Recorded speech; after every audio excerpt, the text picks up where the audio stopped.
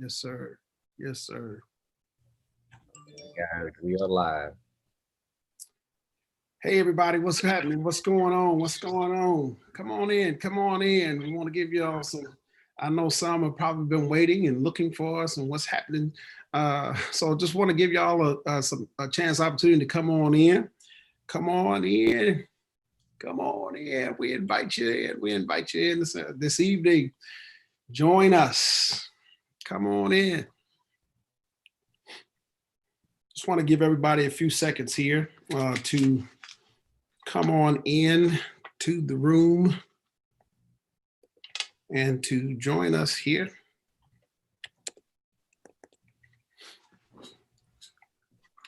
Give y'all some time. If y'all there, drop us a note. Let us know where you're tuning in from. If you're tuning in from the Houston metro area, please drop us a note. I'm tuning in from Acres Home. I'm tuning in from Fifth Ward, 3rd Ward, Humble, wherever you're tuning in from, drop us a note. Come on, hit us. Studewood, hit us up. I know y'all out there. Y'all come on, drop a note for us today. Drop a note. Let us know. I know folk have been tuning in from Chicago and Atlanta and Alabama. So please drop us a note today. We want to recognize some of you that are tuning in from various places and various locations with us on tonight. So I invite you to please come on in. All right.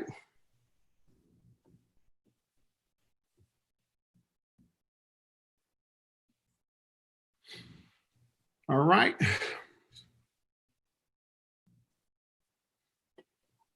All right, wherever y'all are, let us know where you're tuning in from, please. We are glad to have you here today.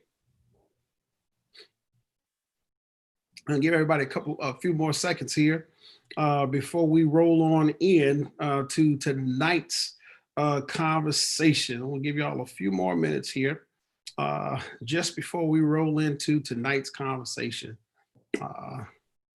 So y'all come on in, come on in. I'm excited about tonight. I'm excited. And some of y'all know I've been talking about this for the last couple days now, all day here. Just been rolling it out because I'm excited about tonight's conversation. I think that this is a wonderful opportunity to have. And I just look forward to conversation tonight. So I want to give y'all just a few more seconds here to join us tonight for tonight's conversation, perspectives and conversations on racism in America. So why don't y'all come on in and join us? Yeah. Come on in and join us.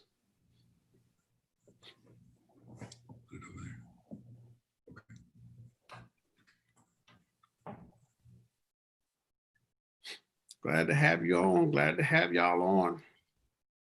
Come on in.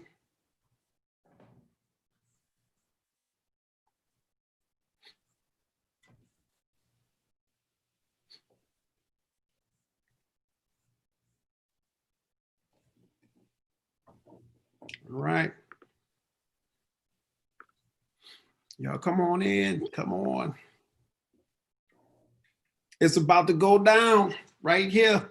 You don't want to miss this. You don't want to miss it. So I invite you to come on in. Come on in. Y'all come on in here. See what's happening, what's going on.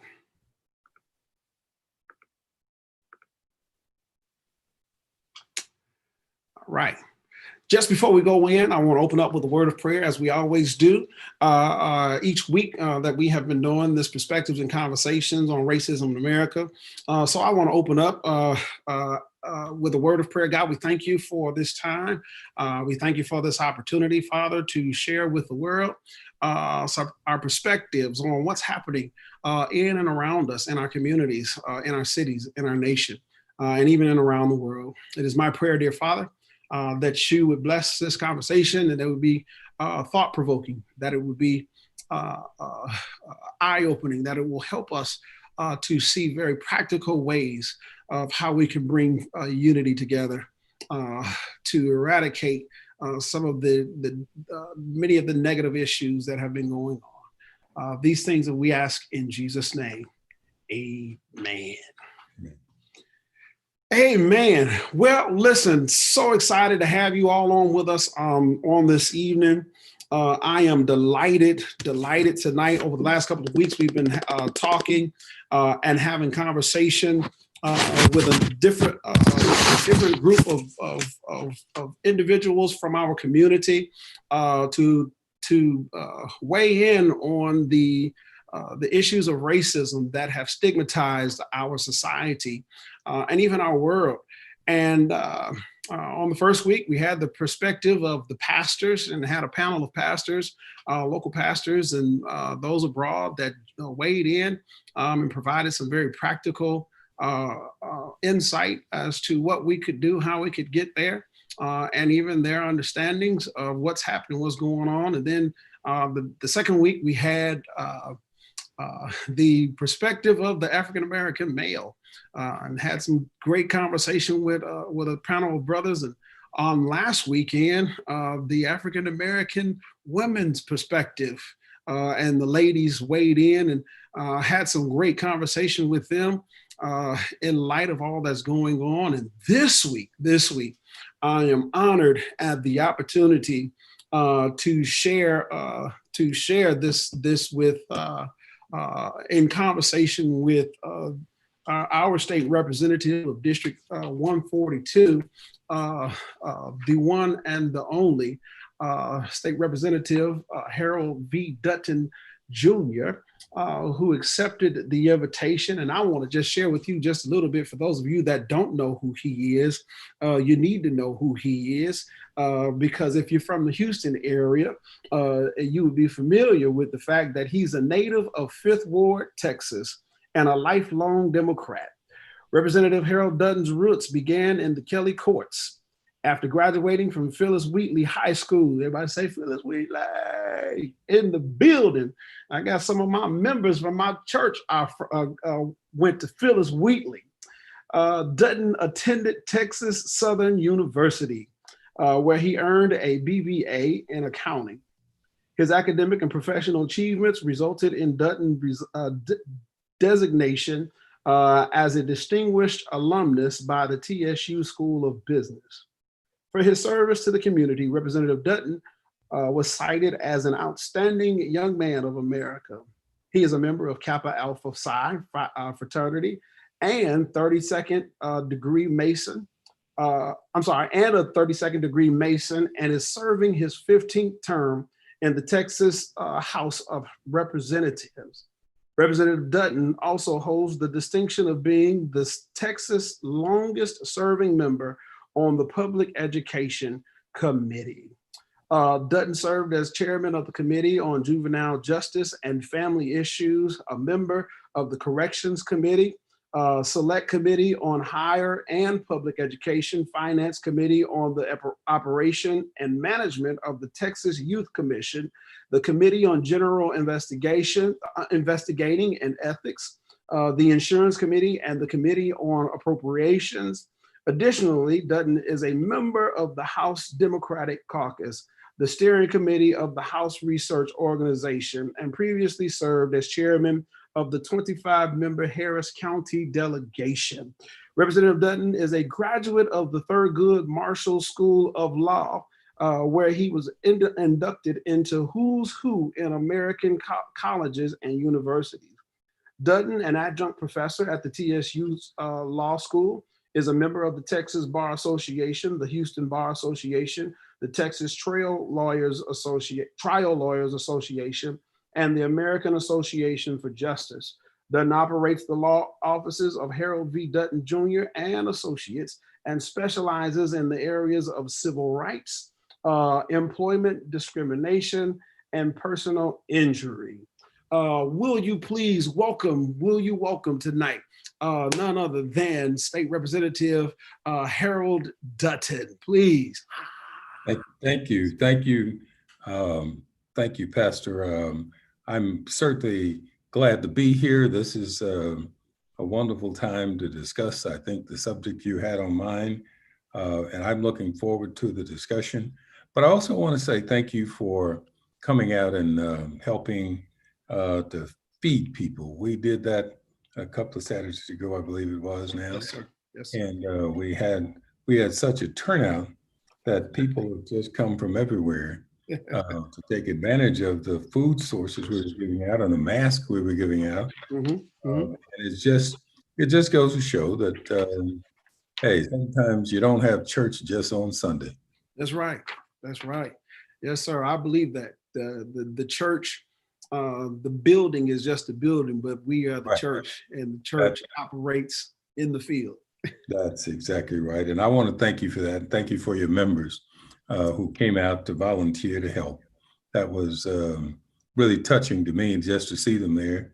And they had so much fun doing it. Yes, they did. Yes, they did. And you could see it on their faces. And so thank you for that. We are certainly glad that we could get out there in the community and help you all serve our mission field. We believe that it is important to be the hands and the feet of the gospel of Jesus, to serve others. And so we certainly appreciated the opportunity that we had afforded us to jump alongside you all and one of our neighboring churches as well, the Luke Church, Dr. Timothy Sloan. Just so thankful for the opportunity for us to all just get out there and roll our sleeves up and serve the community. Yeah. Well, thank you. Thank you very much. Yes, sir. Yes, sir. Well, I don't want to prolong the time. I want to be respectful of Representative Dutton's time because I know that he is a busy man. And so for that reason, just before we start in here, there's a little clip that I want to share with you all that I think is important to our conversation tonight. And so we will roll that clip out and then we will go right on into our conversations. All right. Thank you. I told you that the solution to economic inequality isn't economic policy, it's tackling racism. A lot of progressives think that if we talk about race, that will end up dividing us. But the hard truth is, we're already divided, and we're divided because there's constant race talk in our society by conservatives. It's just that they're not talking about race expressly, they're using dog whistles. Let's try that. Let's try it. Think about a term like illegal alien, makers and takers, welfare queen, entitlements, freeloaders, people just want free stuff, inner city crime, drug testing for welfare recipients. What color faces do you associate with those terms? Or think about terms like the silent majority, the heartland, real Americans, hardworking taxpayers. What color faces do you see with those terms? Lyndon Johnson in 1964 is the last Democrat to win a majority of the white vote, and he won in a landslide, campaigning on the promise to end poverty in a generation. And yet, at the same time, racial anxiety is rising in the South because of the civil rights movement. Conservatives sense that they can use racial appeals as a way to win votes. And just 8 years later, Richard Nixon wins in an even bigger landslide, dog whistling about law and order and the silent majority. Then Ronald Reagan brings it. You start out in 1954 by saying never. By 1968, you keep saying, but that hurts your backfire, so you say something like forced busing, states' rights and all that stuff. And you're getting so abstract now, you're talking about cutting taxes and all of these things you're talking about are totally economic things in a byproduct. Blacks get hurt worse than white. We want to cut this and we want, it's much more abstract than even the busing thing. And a hell of a lot more abstract than Never Knew. He's able to convince many Americans to actually side with the preferences of the 1% by making fear of people of color tied to our very idea of government. I've always felt the 9 most terrifying words in the English language are, I'm from the government and I'm here to help. And if government is the problem, Reagan said, then trust the marketplace. And easy as 1, 2, 3. You have the policies that have created massive wealth inequality, all sold to the American public through a narrative of racial resentment. Racism is the belief in a hierarchy of human value, that some people are just worth more than others. And that doesn't just affect the people who are seen as worthless, because in a country where our fates are linked, as long as we believe in a hierarchy of human value, some of us will always end up on the bottom. Everything progressives want: reigning in Wall Street, building infrastructure, cleaning up the environment, free college, everything progressives want depends on us having government on our side. And it's exactly race that leads us to fight against each other and to resent government, and in turn to give control over government to the very rich. Some progressives right now think that if we solve the problems of economic inequality, racial disparities and racism will go away. I think it's actually the opposite. We can't solve economic inequality and change the politics of our country without addressing racism.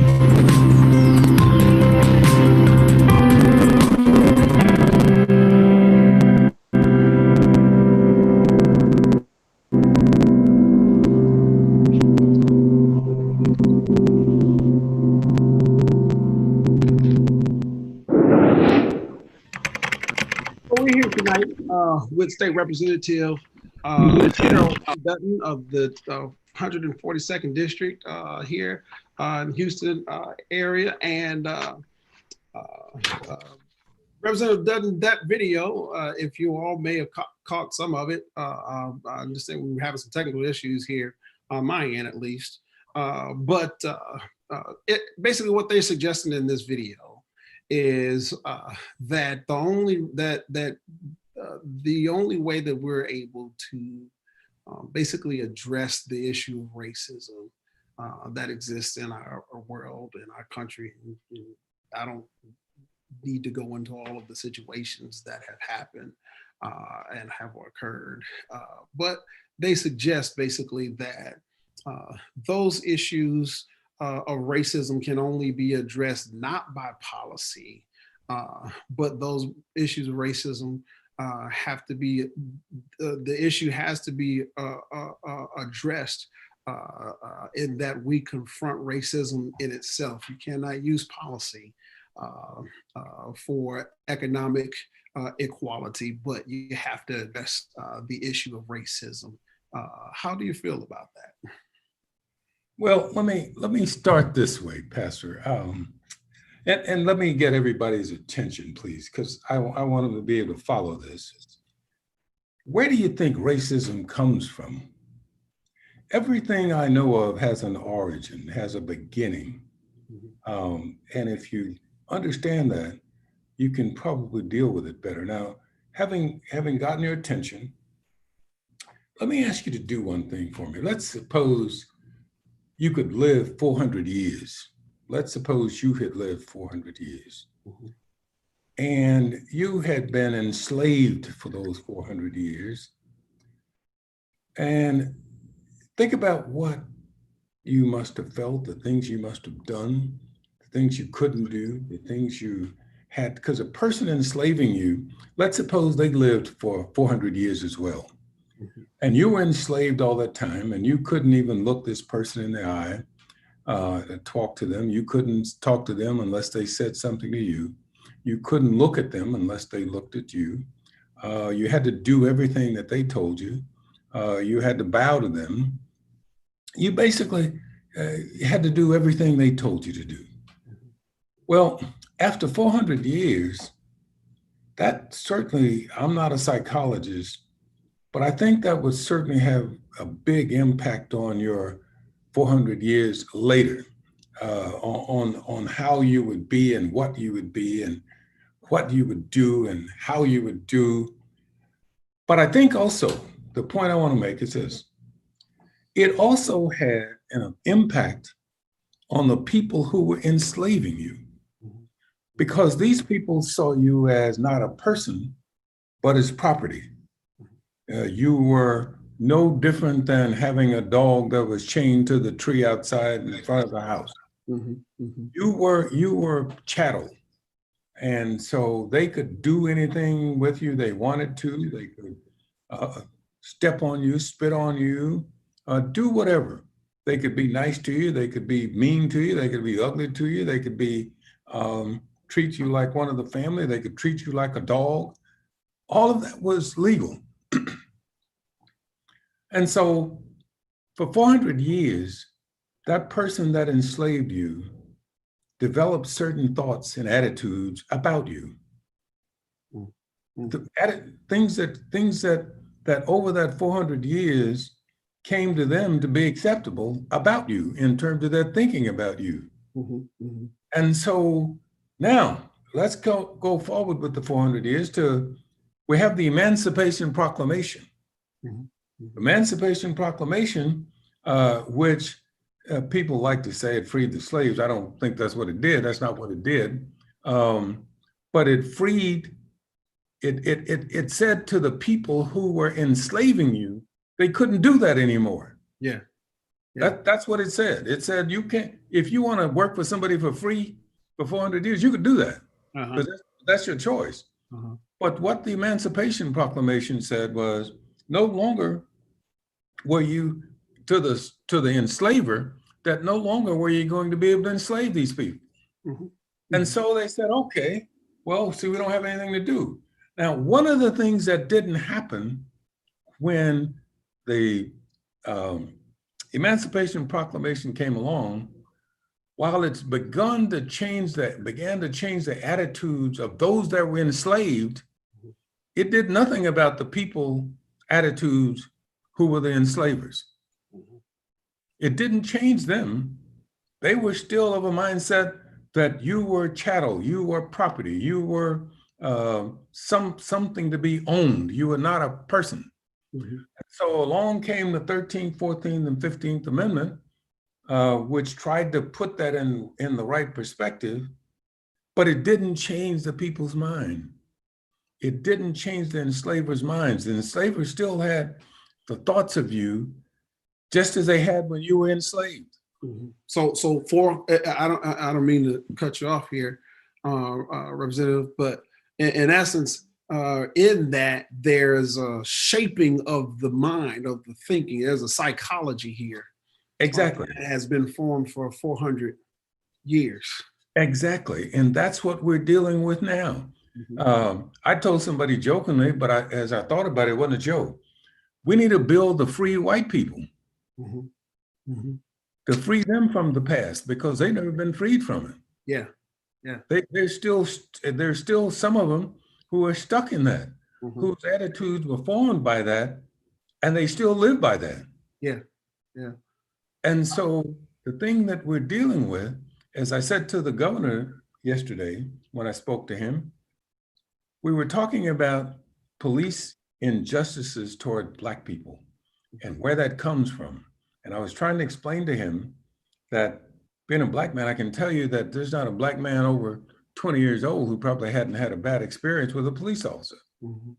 And the reason for that is because of that attitude, that 400-year-old attitude that was handed down from generation to generation, that we've never done anything about. We've never said anything about it. We never talk about it. We sort of let people live their way out of it. So that the enslaver becomes the person who has sort of these biases that they don't even know are there. They don't even think they're there. They've not ever had a consciousness that said, oh, well, wait a minute, why do I think that way? Well, it hadn't been that long ago, even though we spent 400 years enslaved, it hadn't been that long ago since we told the enslavers, you've got to do something different. You can't do that to those people. And that in itself has been the problem we've been trying to overcome.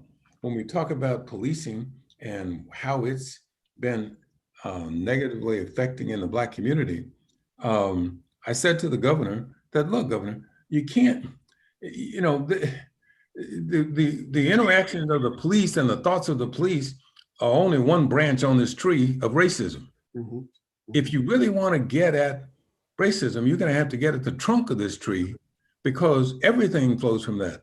Yeah. The racism that exists in education, the racism that exists in housing, the racism that exists in unemployment, the racism that exists in healthcare, all of those things are still there. You're never going to eliminate the racism that exists in the police force and its attitude toward Black people until you attack the roots of racism in itself. Mm-hmm. Mm-hmm. And that's the only way you can do it.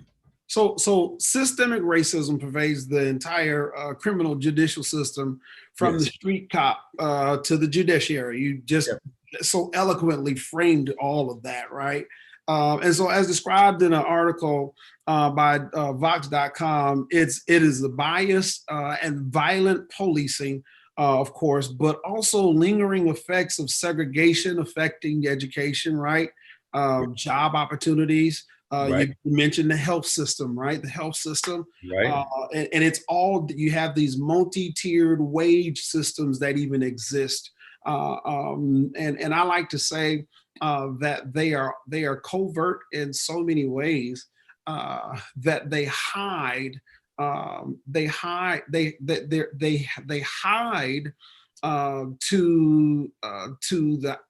they're hidden in so many ways to white America, but for those of people of color who have been on the other side of the disadvantages of those systems, you can see them almost you can see them almost a mile away, right? You see them before they get to you. Well, that's been one of the ways the enslaver has tried to mask over their own biases that are hangovers from this 400 years.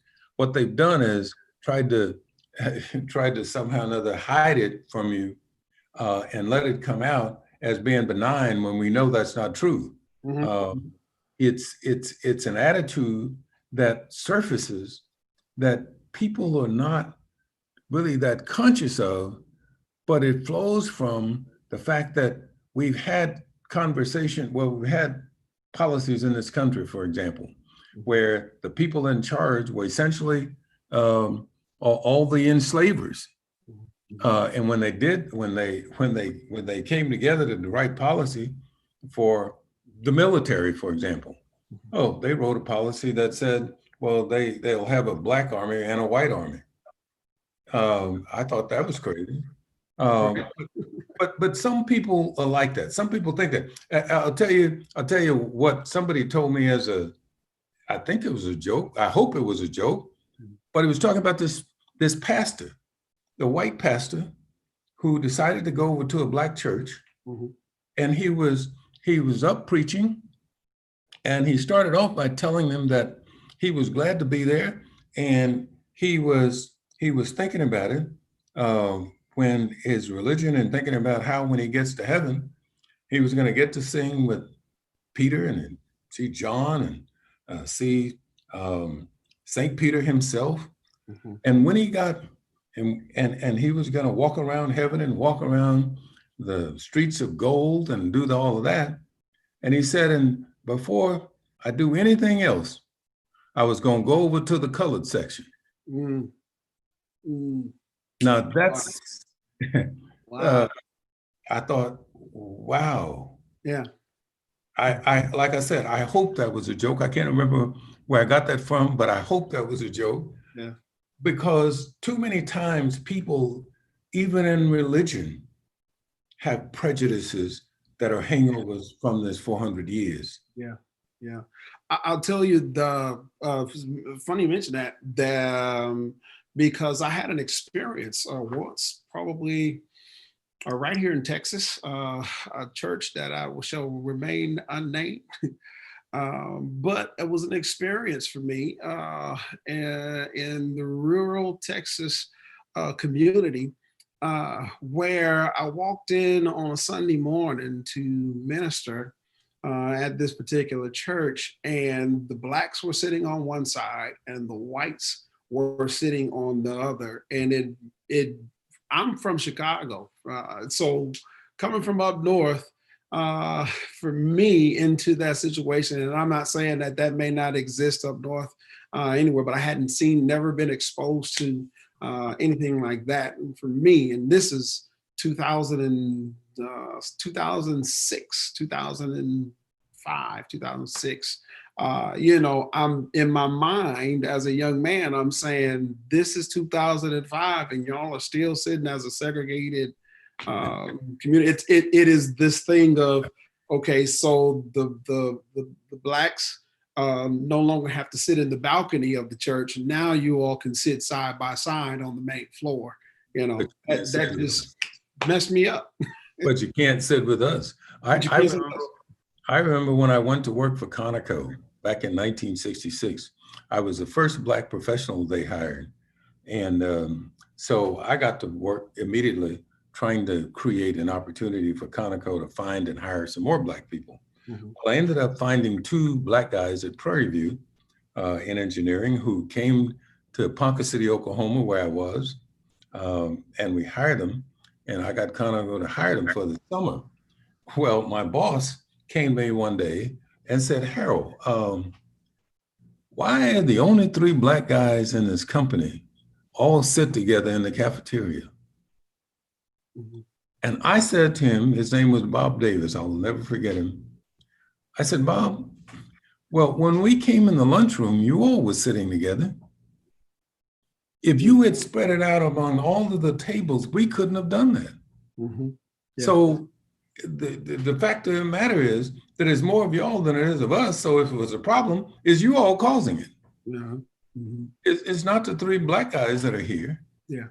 And my point is this, is that sometimes when we look at the problem, that 400 years gets it confused. Mm-hmm. We look at it as somehow or another, that's the problem is them. For example, in housing, I was so taken back when I read the history of the Federal Housing Administration and how what it did back in the 60s and prior years, it fostered segregation in housing mm-hmm. by its policies. Yeah. And they did that intentionally. Mm-hmm. And the fact of the matter is, they thought they were solving a problem, I guess. Mm-hmm. But again, it was infected and influenced by this 400 years right. attitude, because they still didn't see that person as human. Mm-hmm. When I got to Conoco in Ponca City, Oklahoma, I don't think, nobody was ready for that, not even me. Yeah. And here I was in it. I'd come from basically 5th Ward, an all Black environment, to one where now I was the only, it was a town of about 30,000 folks, only 500 of whom were Black. And I said 500 were Black, and then there was me. Mm-hmm. Me because the Black people didn't particularly like me and the white people didn't like me. And so I was there by myself, mm-hmm. essentially. But one of the things we did though, me and Bob Davis, the gentleman I was talking about, we came together and we formed a Ponca City Biracial Council where we started everybody talking, and we went in a meeting just like what you were describing at the church, mm-hmm. where Black people were sitting on one side and white people were sitting on the other side. And I told Bob Davis, I said, you know what? We ought to make everybody move. Mm-hmm. Mm-hmm. We ought to make everybody change seats. Mm-hmm. And he did that. Yeah.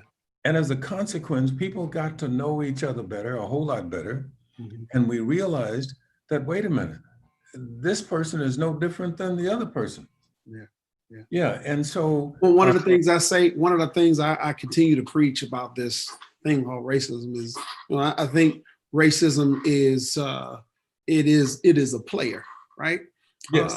In urban colloquialism, the player wants to keep the multiple women from ever meeting each other, because he realizes if they came together and started talking, they'll find out that they actually have some things in common.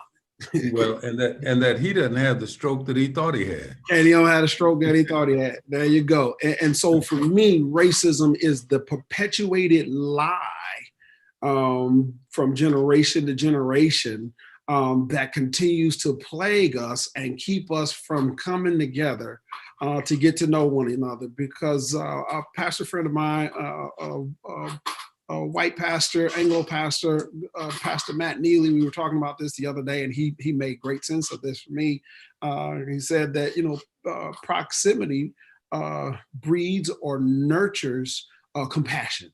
Meaning, if it's me, or prime example, you and the gentleman coming together and actually just beginning to have conversation with each other and getting to know one another, over time you develop a relationship, and after a while, because of the compassion and the fact that he's got to know you, know your character, know that you were a stand-up citizen just trying to do the right thing. He will not actually ignore that because of the relationship that has been established, Yeah. And so many people miss that. Well, again, when you get closer to each other, you don't look at each other through the prism of 400 years. Mm-hmm. Mm-hmm. You lose that. You stop viewing it through that. Yeah. For that person now, whether or not that causes you to change your attitude about race is another question. But in that person, because I'll tell you, I have some friends who are Anglo who I just never look at as Anglo. Uh-huh. I don't look at them as that. I look at them as, that's my friend. Yeah. And I'm sure that's the way they look at me. Mm-hmm. But unless you do something, unless we do something that changes people's hearts and attitudes, Pastor, mm-hmm. I don't think we ever eliminate racism. Yeah. I don't think you ever eliminate it. I think what happens is over time, things change because people start to see even themselves differently. Mm-hmm. Because when people saw themselves as the enslaver, they acted like an enslaver. Mm-hmm. They acted that way. Yeah. And when they stop seeing themselves as that way, they start seeing other people differently. And as a consequence, you start to eliminate and chip away at the attitudes of racism that exist. I as a Black man, like I said before, you and I know that a police officer who comes up to the back of your car and pulls up and stops you, you know what's going to happen. Yeah. One of the worst things on this planet is for a Black man to simply disrespect a police officer. Now, that's not anywhere in the law. That's not against the law. Mm-hmm. Mm-hmm. But I'll tell you, it will have some dire consequences on the street if a Black man does that. Yeah, yeah.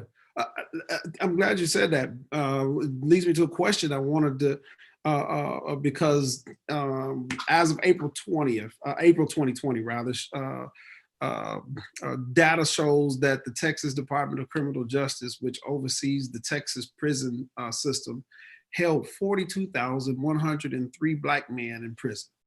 Yes. Though Black people represent only 12% of the state's total population, however, they account for 34% of our state's prison population.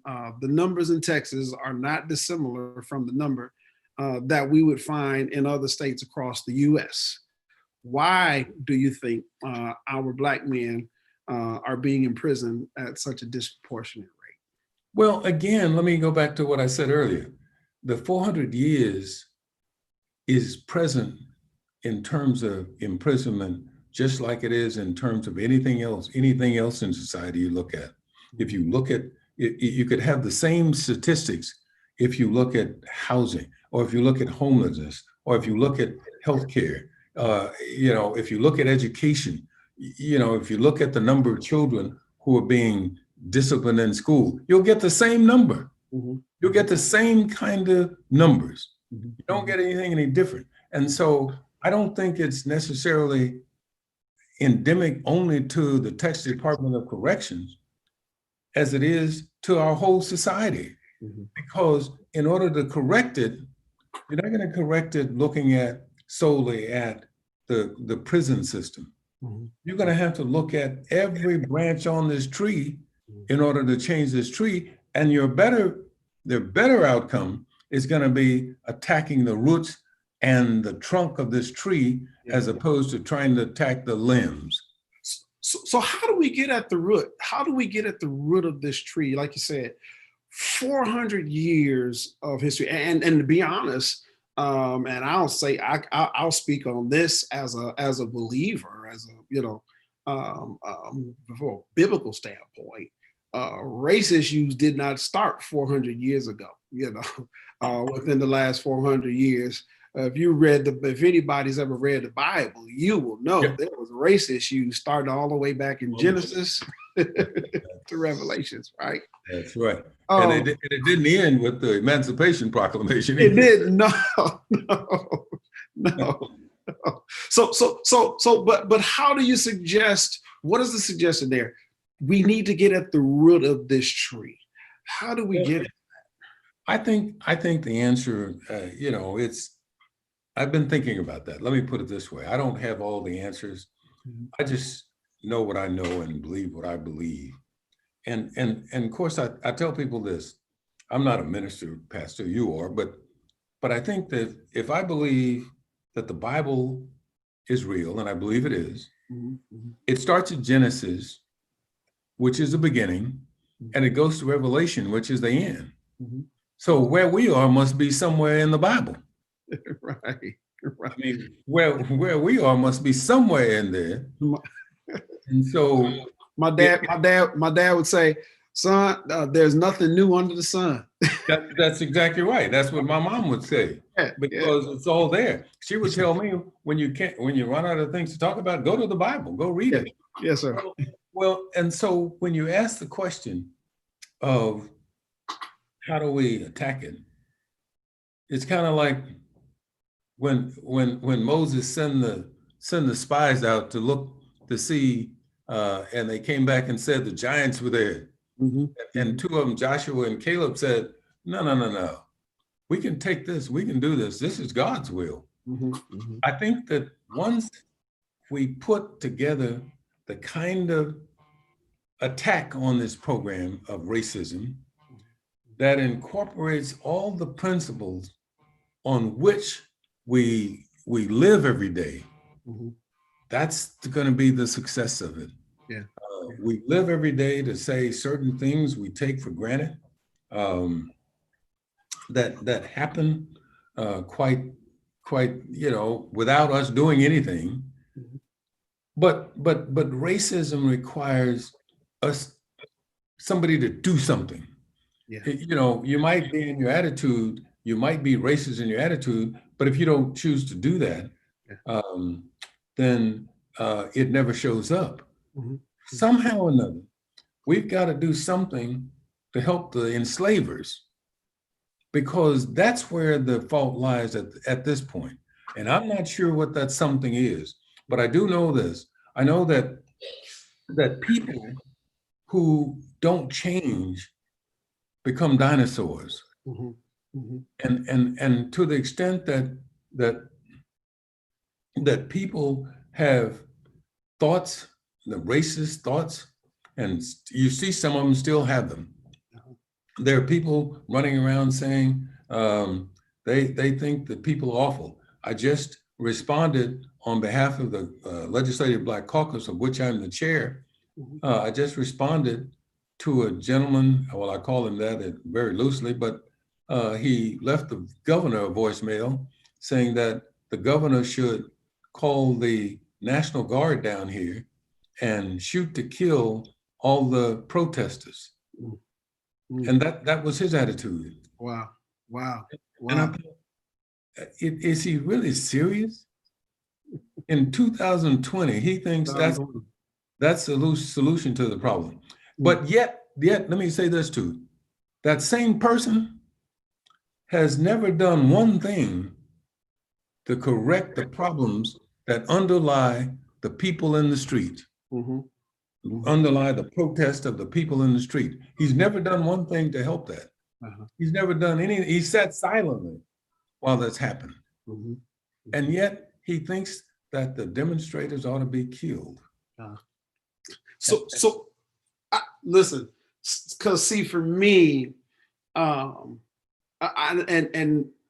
think that goes back to that mindset that 400 years of psychology that has been shaped, right, to a frame of thought that in 2020 the way to handle that is to call the National Guard in to just mow down with all of the gun issues that we have in our country, of course, but to just mow down innocent people who are speaking up and speaking out.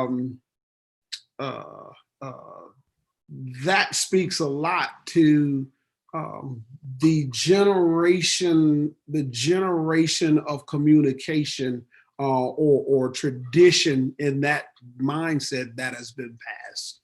Well, that's right, and that's the person who has still let the 400 years affect them, so that not only their thinking, but their behavior becomes a part of the problem. Yeah. And I don't know if you ever change that particular person. I don't know if you ever change that person. I think what you have to maybe do is look at the offspring of that person as a way to try to, promote some kind of change. But the only thing we can do is we can say, like I've said to some of my police officer friends, we can outlaw certain conduct. For example, when the police officer, I'll take the one in Minneapolis that killed Mr. Floyd. Well, he had 18 complaints on his record. Why would you let a police officer have that many complaints? Yeah. That doesn't make sense. So we need to do something about the complaints, the complaint level of a police officer, number one. Number two, we ought to fix it so that a police officer can't just leave one jurisdiction under fire and go to another jurisdiction. I had a case, well, I don't know if you remember it or you were here, Scott Shearhart was a police officer at HPD. Byron Gillum was over on Scott Street, I believe, right just north of Wheeler.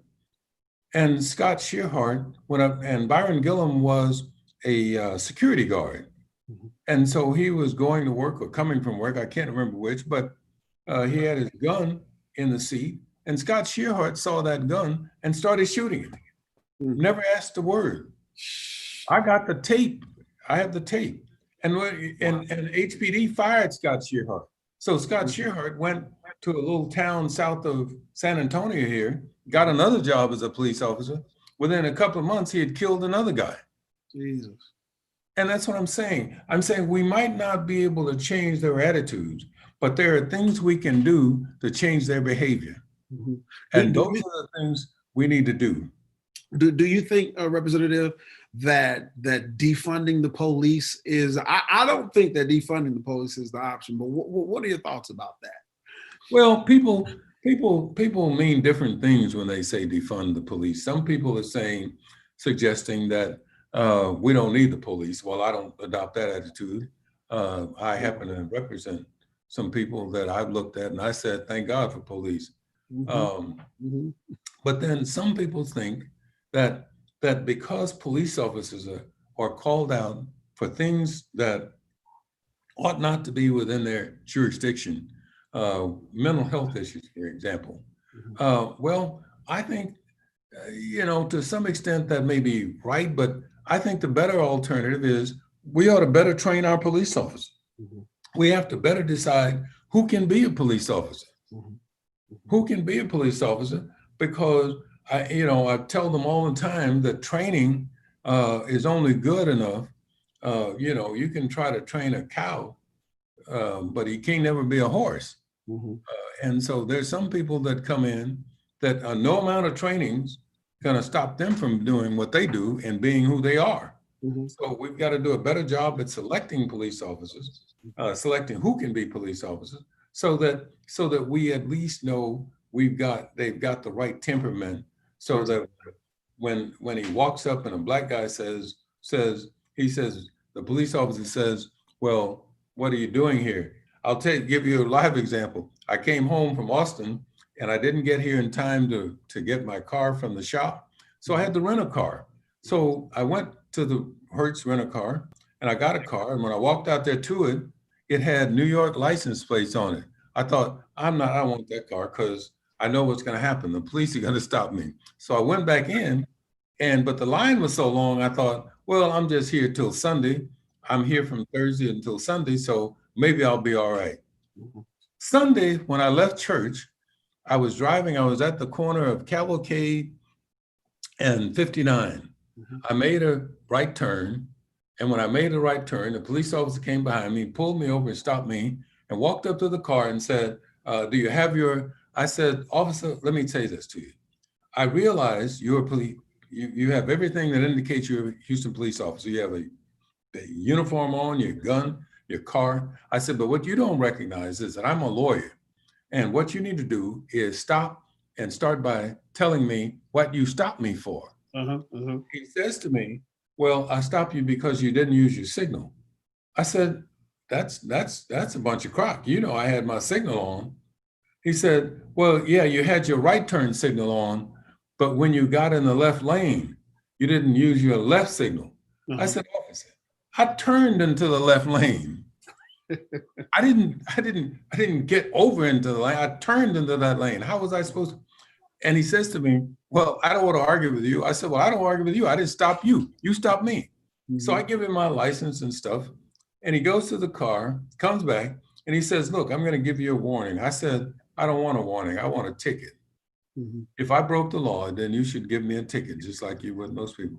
Well, I went to, when I got to Austin, I had my staff look up what was going on with stopping people for failing to use a signal.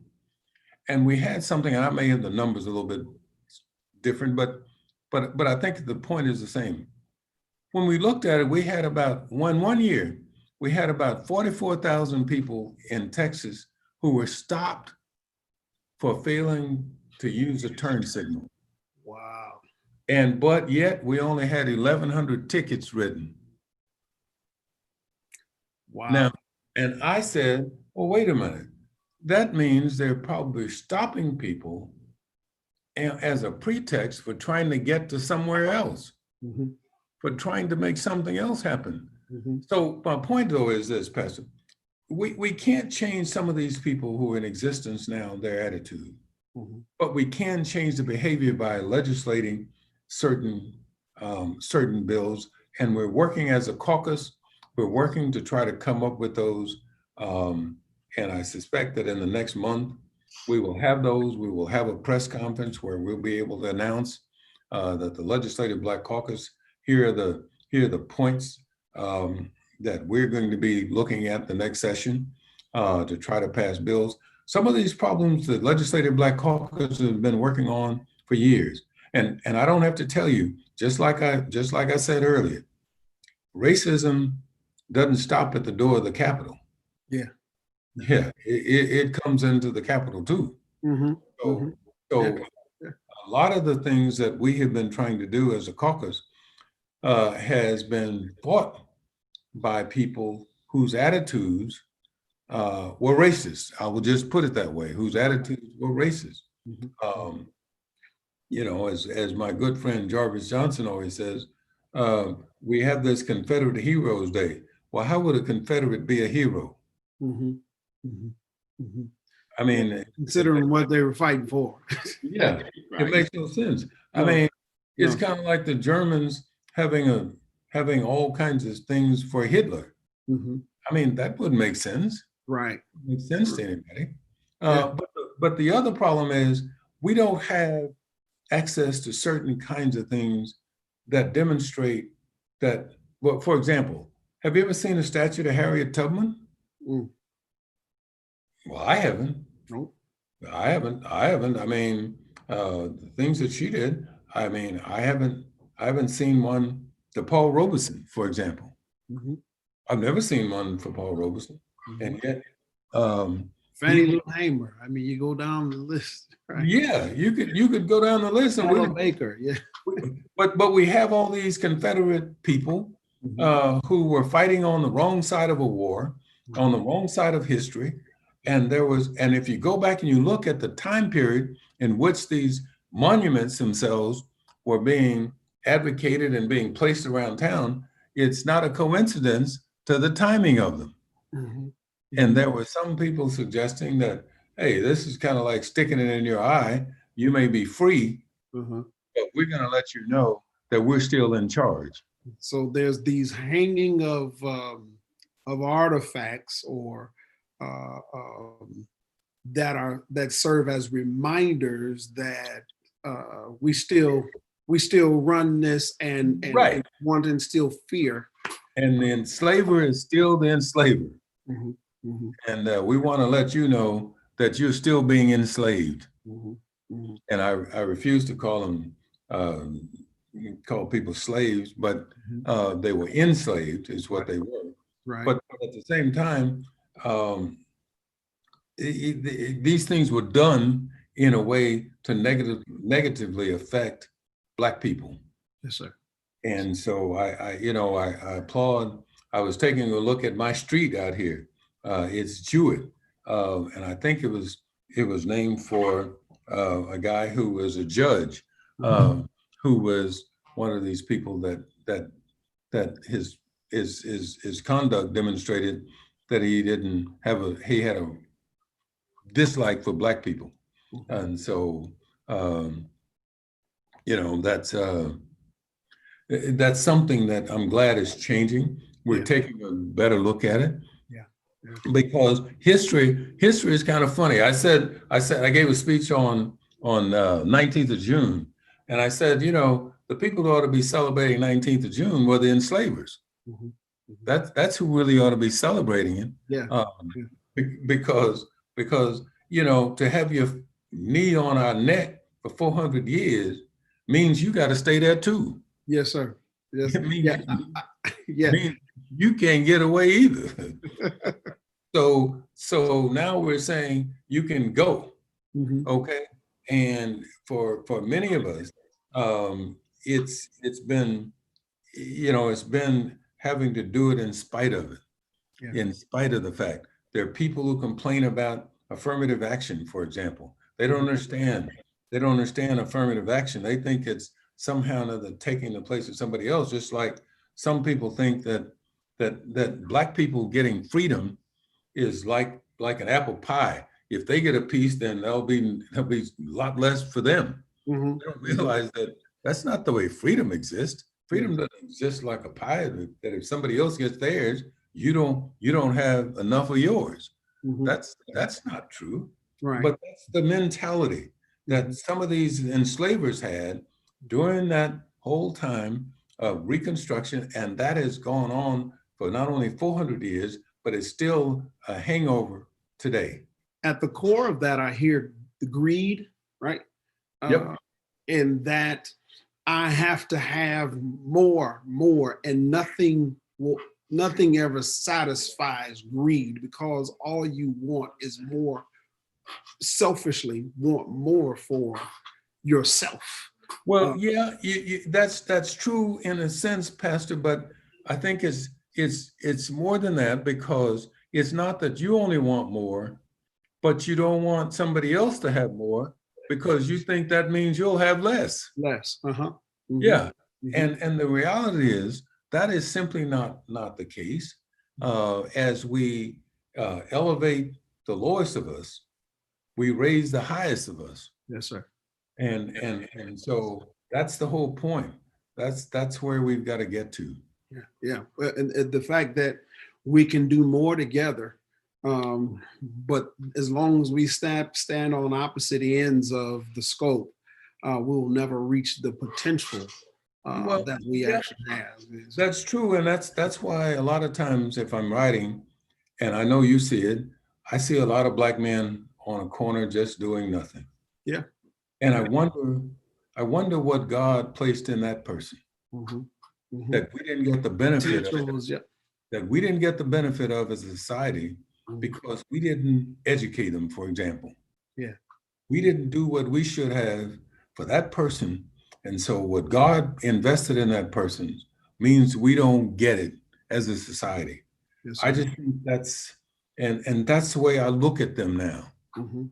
I look at them as if it's not anything they have done. Mhm. But I think society could have done a whole lot more to make sure and ensure that they have a better outcome than that which they have at the moment. I do think that this generation, this younger generation, they are not accepting of certain things. I remember my son, Pastor. He was when he was about 6. We were riding in the car, and he used to always ride in the back seat. And he was singing a song, Humpty Dumpty had a great fall. All the king's men had scrambled eggs. Mhm. Mhm. And I looked at him and said, that's not the way that song goes. Right. And he said, well, how does it go? So I told him how we sang it. Mhm. And he said, Dad, I hate to tell you this, but you can't put a cracked egg back together again. So he didn't accept that. I thought to myself, gosh, all this time, and I really I just accepted that whole rhyme. The whole ride. Right. Yeah. But here he was saying, no. I'm Change the narrative. challenging. And so thank God for this younger generation. Yeah. Decided, and racism will be less and less with them until we'll get to a point where it's all gone. But Yes, even sir. when we do that, I will warn people of this: there will still be some way in which there will be some criteria that will be used to determine who's at the bottom. Mhm. Even when it's not race, Yeah. they'll find another one. Find They'll another find one. another one coming along.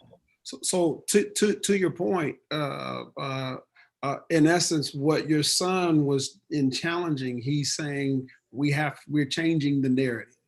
Absolutely. And that was back to coming back to a point you made earlier about the need to get at the root of the tree, right? Yes. To really dig this thing, Right. at this thing. And you mentioned that about the officer, and I'm sorry, about the gentleman that had the statement about calling the governor and calling in the National Guard come down. Right. And you said that we may not be able to change his mindset, but when if we start looking at his offspring, Yes. change can happen and happens. I believe wholeheartedly that is where the change has to happen with our children or our And offspring. again, back to my earlier analogy, Pastor, and you know this better than I did. That's why God had them walk around for 40 years and couldn't go into the promised land. Mhm, And they were going, as I understand, only about 90 miles. mhm. But they wandered around for 40 years because God knew some of them you couldn't use in the promised land. Yeah. Well, I think that's true. That's true today. Mhm, mhm. That's, like I said before, I think if Genesis and Revelation is beginning and the end, then we must be somewhere in there. Somewhere in there. We are. Somewhere in there. Yeah, yeah.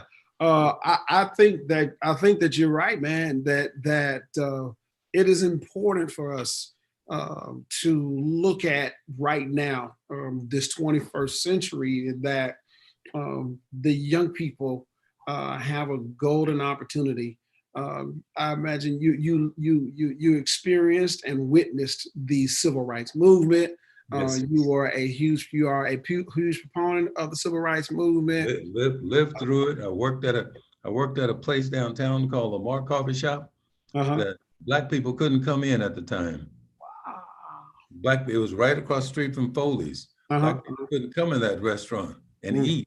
Yeah. Even me as the bus boy, I had to get the food because they fed us free, but I had to go in the back and eat. I couldn't eat out front. And the reason I got fired was because one day I decided to eat at the last table in the front. And the reason I did that is because it was raining so bad in Houston. I remember water was flooding. Water was coming in the front door, and the lady who ran the place called the police on me. Oh no. Yeah.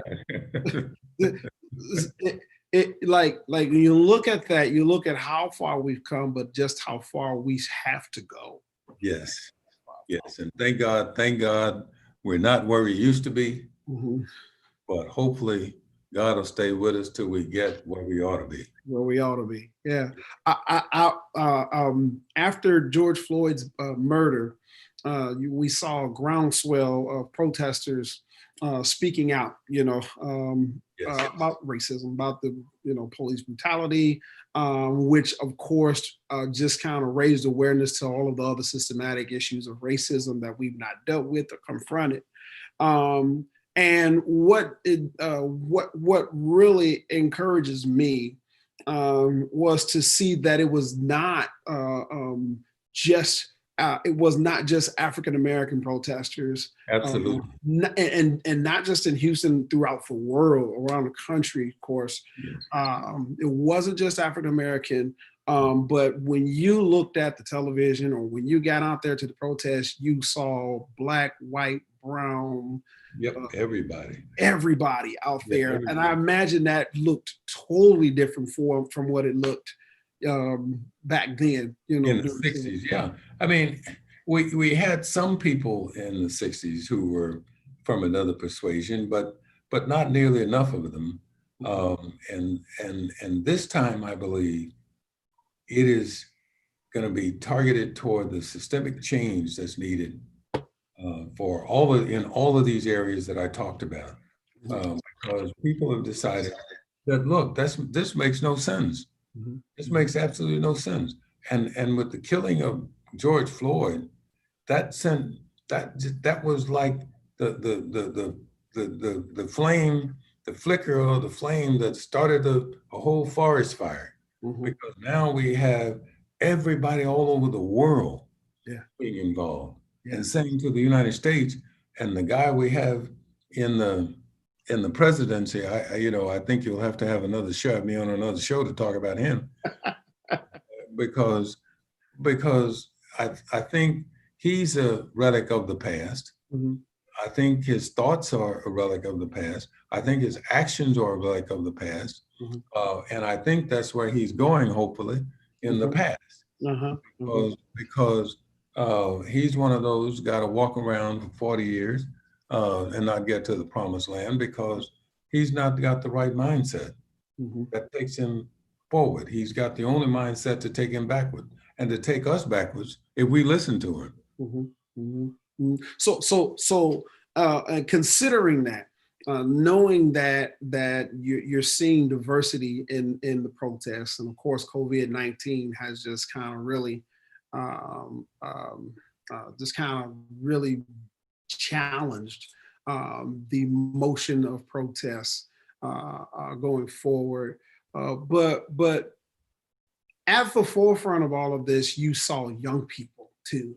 And I want to ask, what do you think? How do we continue to empower young people to step up and be proactive here with this modern day civil rights movement, if you will, knowing that the current presidency is part of it is our fault. I mean, and I say our fault, I mean all of us who came through the 60s, because let me tell you what, the people who came before us, they were climbers and lifters. And that's how we got to where we are. But many of us became climbers, but not lifters. Ooh. And say more about that.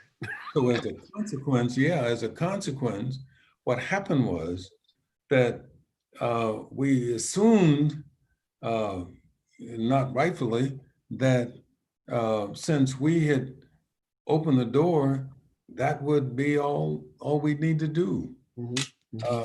But in fact, the people who came before us, they not only opened the door, but they lifted us and made sure we got lifted to a point where we could enter. And we sort of somehow failed that.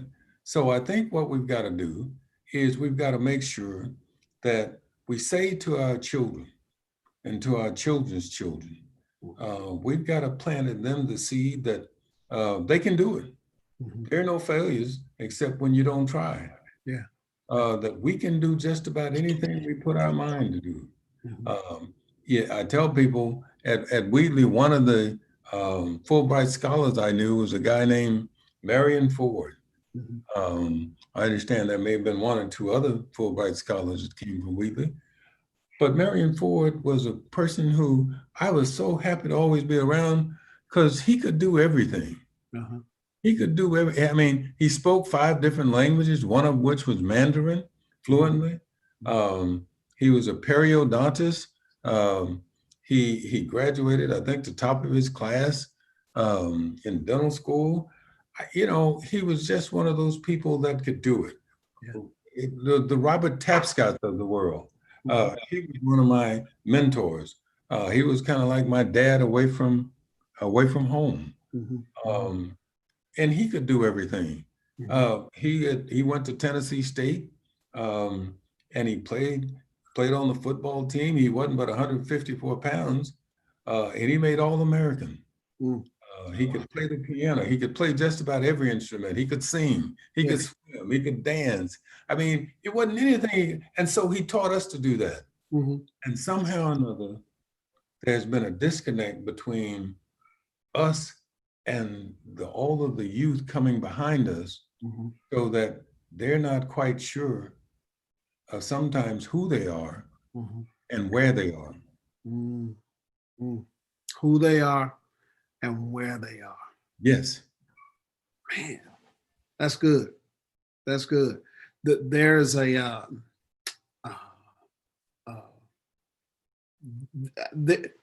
especially with today's generation and the younger generation,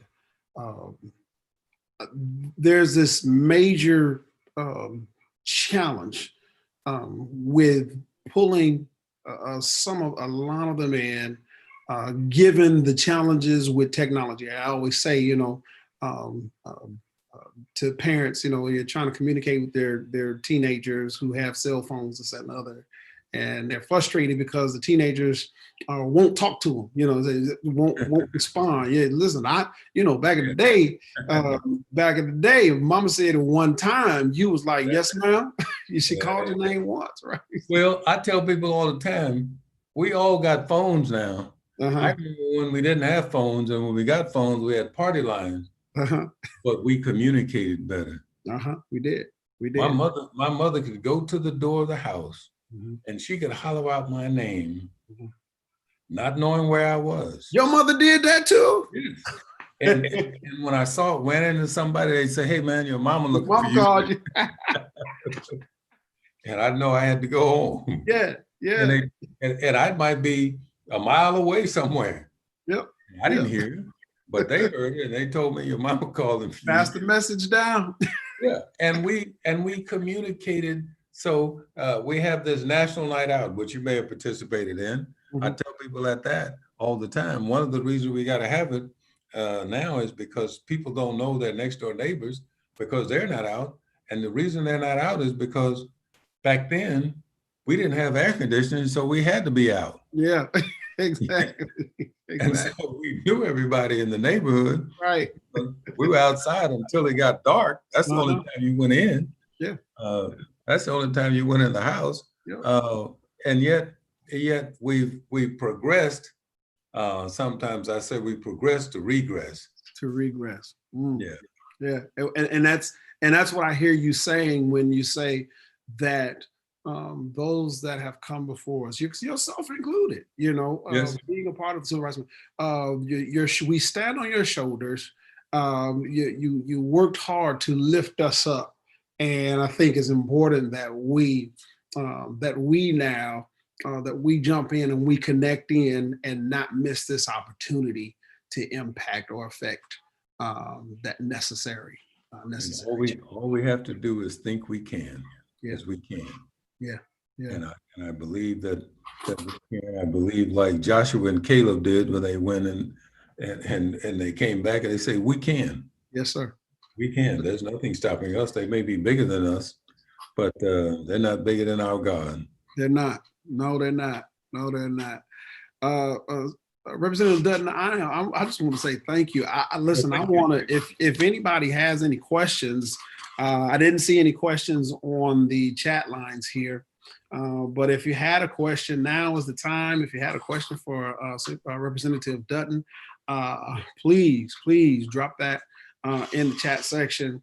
Would love to respond to. I want to honor his time.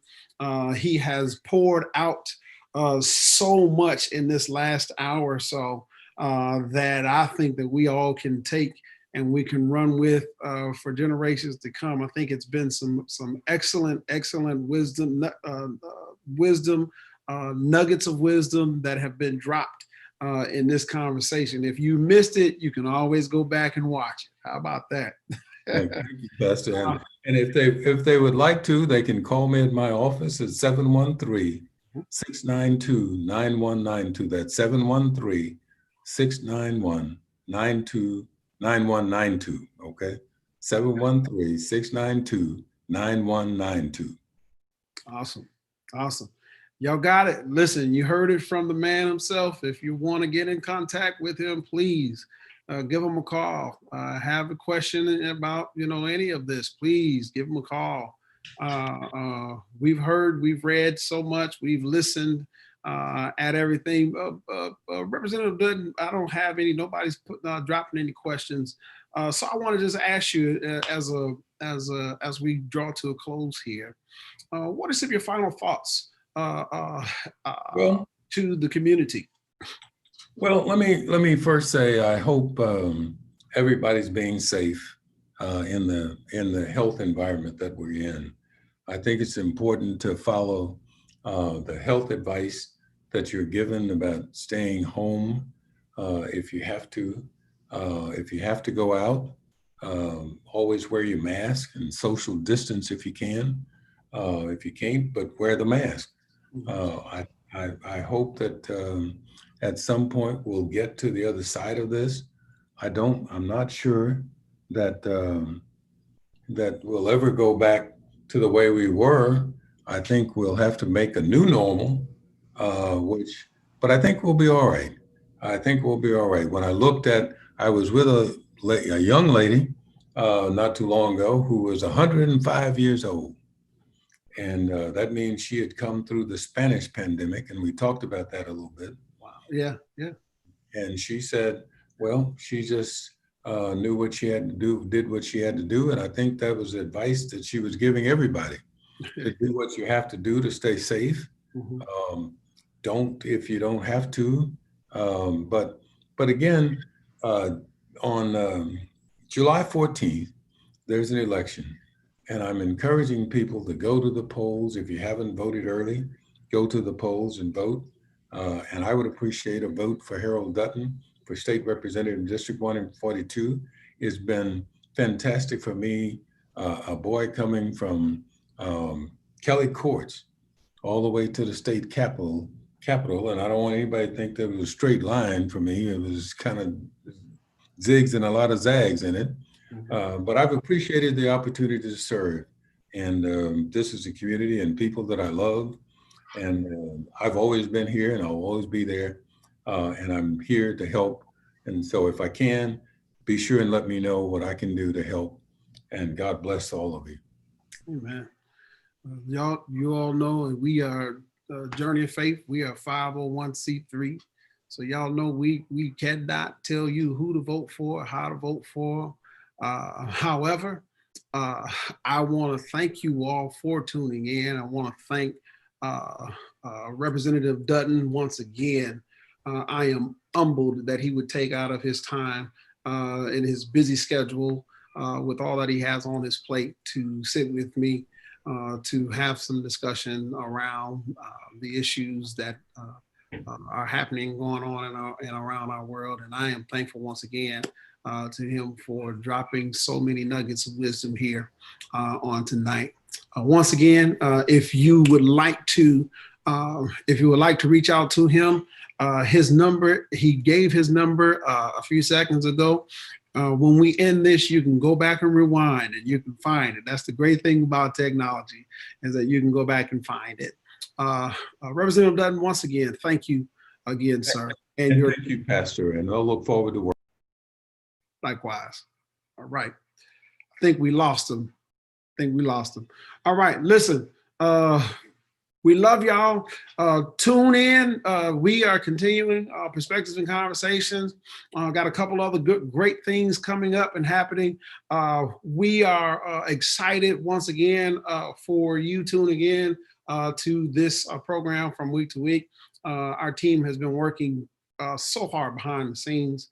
And I am so thankful for them. On today, Representative Dutton and I we're going to sit down and just have us just a one-on-one conversation. And I am so thankful again for him joining us on tonight. Listen, as we say every week, this is a declaration that we make. It is my prayer that God will be with you and that he will cover you, he will keep you, he will lead you and guide your family. I'm praying that our God, as Representative Dutton said, who has brought us this far, will help us to finish strong and do what needs to be done and get it done in the practical way that it needs to get done. As we say at Journey of Faith every week, I want you to declare with me, greater is he that's in me than he that's in the world. All right. Want y'all to know we love you and praying Godspeed on you. God bless.